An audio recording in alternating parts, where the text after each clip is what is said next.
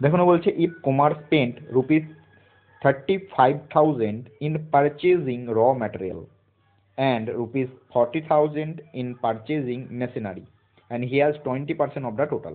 তাহলে এখানে দেখো 35,000 আর 40,000, সে কত খরচ করেছে? 75,000 টাকা খরচ করেছে, ঠিক না? কত হবে? 75,000 টাকা সে খরচ করেছে।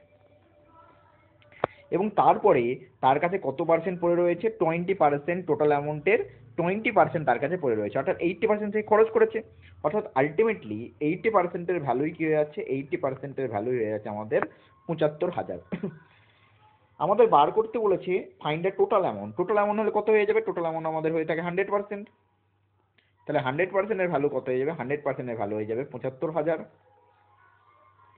75,000 বাই 80 ইন্টু 100। জিরোর সঙ্গে জিরো কাটা, 2 4 8, 2 5 10। দেখো 4 দিয়ে দুটো জিরো কাটলে হয়ে যাবে কত? 25 হয়ে যাবে। তাহলে আমাদের ক্যালকুলেশন কত হবে? ক্যালকুলেশন করতে হবে আমাকে 750 ইন্টু 25 ইন্টু 5 মানে হয়ে যাচ্ছে 125। দেখো এটা ক্যালকুলেশন করলে অনেক বড় হবে, তো আমি ডিজিটাল সামের মাধ্যমে করব। ডিজিটাল সাম কত হবে? 7 আর 5 12, নাহলে 12 মানে হয়ে যাচ্ছে 3, 5 6 7 8, 8 এখানে বসে দিলাম, নাহলে 8 3 24, 24 মানে হচ্ছে 2 + 4 6। অর্থাৎ আমাদের অ্যান্সার ডিজিটাল সামে যেটা 6 বেরোবে সেটা হবে আমাদের সঠিক উত্তর। দেখে নিই এবার আমাদের অপশনগুলো। দেখো প্রথমটার ক্ষেত্রে 9 হবে, তো এ তো অ্যান্সার হবে না। লাস্টেরটার ক্ষেত্রে 8 হবে, তো এটাও অ্যান্সার হবে না।